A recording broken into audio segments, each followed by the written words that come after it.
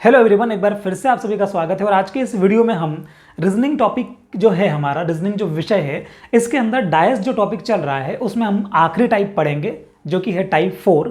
और टाइप 4 में हम देखेंगे कि स्टैंडर्ड डाइस क्या है और हमारा जो नॉर्मल डाइस है वो क्या है, मतलब कि सामान्य पासा क्या होता है और मानक पासा क्या होता है, इन दोनों में डिफरेंस क्या है।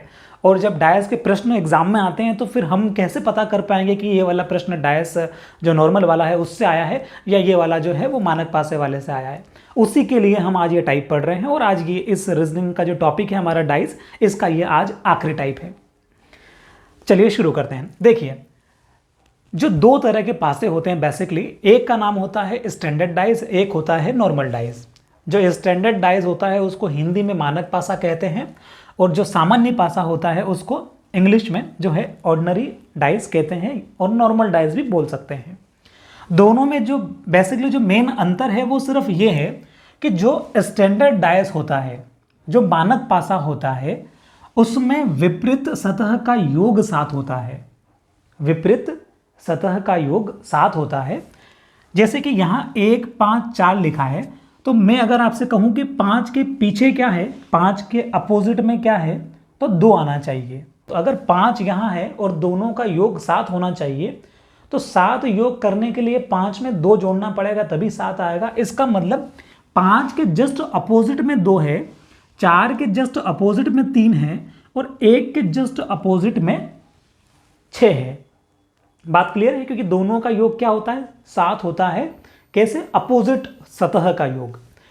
जो सामान्य पासा होता है या जो ऑर्डिनरी जो हमारा डायस होता है, उसमें जो दो निकटवर्ती जो समीप की या पास की बोलें जो सतह होती है उनका योग इसमें 7 होता है। जैसे आप यहाँ देख रहे होंगे कि ये हमको पासे में 3 अंक दिख रहे हैं, 3 अंक इनके पीछे हैं। अब इसका और इसका योग देखें आप, 5 और 2 कितना होता है? 5 और 2 7 होता है। यानी कि दो समीप की सतह का योग क्या है? 7 है। तो हम जब कभी ऐसा पासा देखेंगे जिसमें कोई भी दो समीप की सतह का योग हमको 7 मिल जाता है, इसका मतलब वो नॉर्मल पासा है, सामान्य पासा है। ठीक। और हम जब कभी ऐसा पासा देखेंगे जिसमें पास की सतह का योग 7 नहीं होता है, जैसे कि यहाँ 5 और 1 को जोड़ा तो 6 हुआ, 5 और 4 को जोड़ा तो 9 हुआ और 4 और 1 को जोड़ा तो 5 हुआ। इसका मतलब इसमें कहीं भी योग 7 नहीं आया। तो ये कौन सा पासा बन गया? ये पासा बन गया हमारा स्टैंडर्ड पासा। और स्टैंडर्ड पासे की खासियत क्या है कि इसके अपोजिट जो फलक होती है, आपस में अपोजिट जो साइड होती है, इधर की साइड और इधर की जो साइड होती है, उनका योग 7 होता है। अब हम इन प्रश्नों को करते हैं। देखिए, पहला प्रश्न देखिए आप। पहला प्रश्न दिया है कि ये जो पासा है, इस पासे में 4 के विपरीत में क्या है, 4 के अपोजिट में क्या होगा। तो 4 पहले तो हमको देखना पड़ेगा कि पासा कौन सा है ना। अभी तक जो हमने टाइप 3 देखे हैं उनमें हमने जरूरत ही नहीं पड़ी हमको पासे का टाइप देखने की कि वो कौन सा पासा है, लेकिन यहाँ तो सिर्फ एक ही पासा है। अब हम कंपैरिजन भी नहीं कर सकते क्योंकि हम जब भी हमने जो सवाल करे हैं उसमें 2 पासे थे, 3 पासे थे, 4 पासे थे।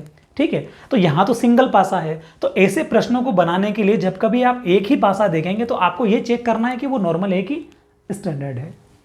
अब देखो, 3 और 2 कितना होता है? 3 और 2 5 होता है, 3 और 1 4 होता है, 2 और 1 3 होता है। आपको देखने से ही पता लग रहा है कि ये पासा स्टैंडर्ड डाइस है। ये स्टैंडर्ड डाइस क्यों है? क्योंकि इसके दोनों पास के फलक का योग 7 नहीं है। अगर दोनों पास के फलक का योग 7 होता तो वो नॉर्मल पासा हो जाता। तो ये आसान सवाल है। इन्होंने पूछा है कि 4 के विपरीत क्या है, तो 4 के विपरीत आंसर आएगा 3 है। तो पहले सवाल का जो हमारा उत्तर है वो क्या होगा? 3। ठीक। दूसरा देखते हैं।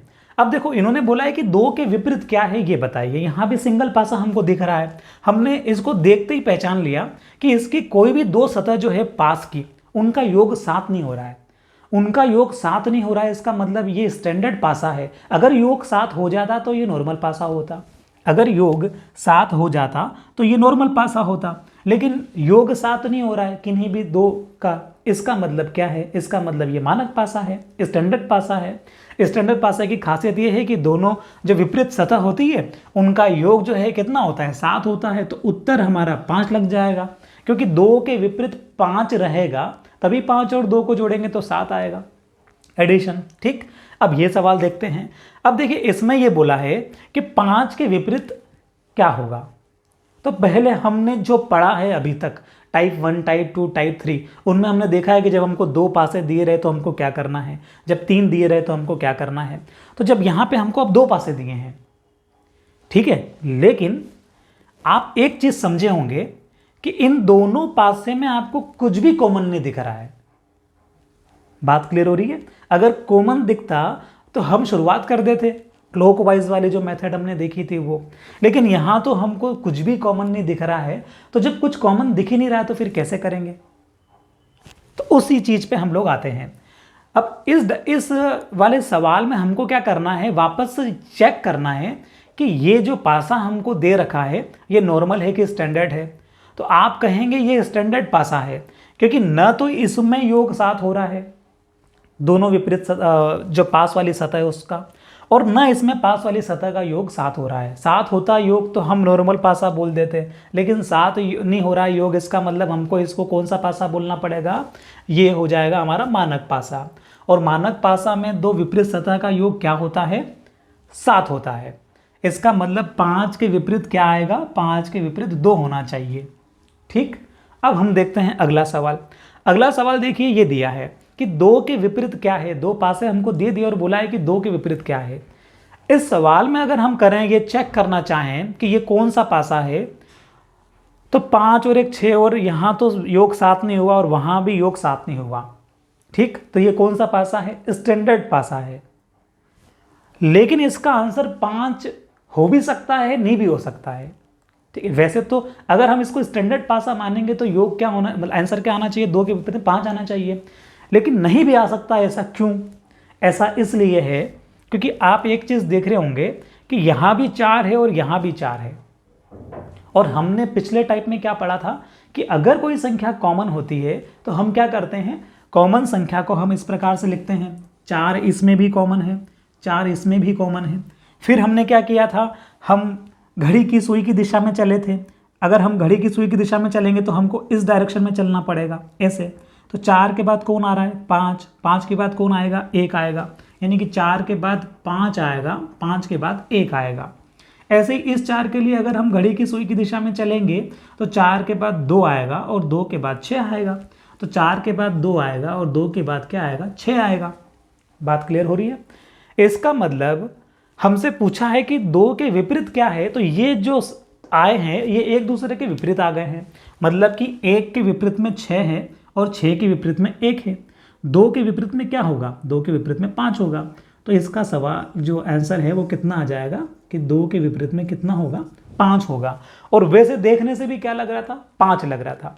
तो इस प्रकार से हमारा डायस का टॉपिक खत्म होता है। अब हम रीजनिंग में कुछ नया टॉपिक लेके आएंगे, या तो हम टॉपिक लेके आएंगे या फिर जो पुराने प्रश्न पत्र हैं पटवारी परीक्षा में पूछे गए हैं उन्हीं में से कुछ ट्रिकी क्वेश्चन उठा के रीजनिंग के हम लोग करेंगे, ताकि हम उस चीज़ से अवेयर हों कि इन सवालों को कैसे बनाना है हमको।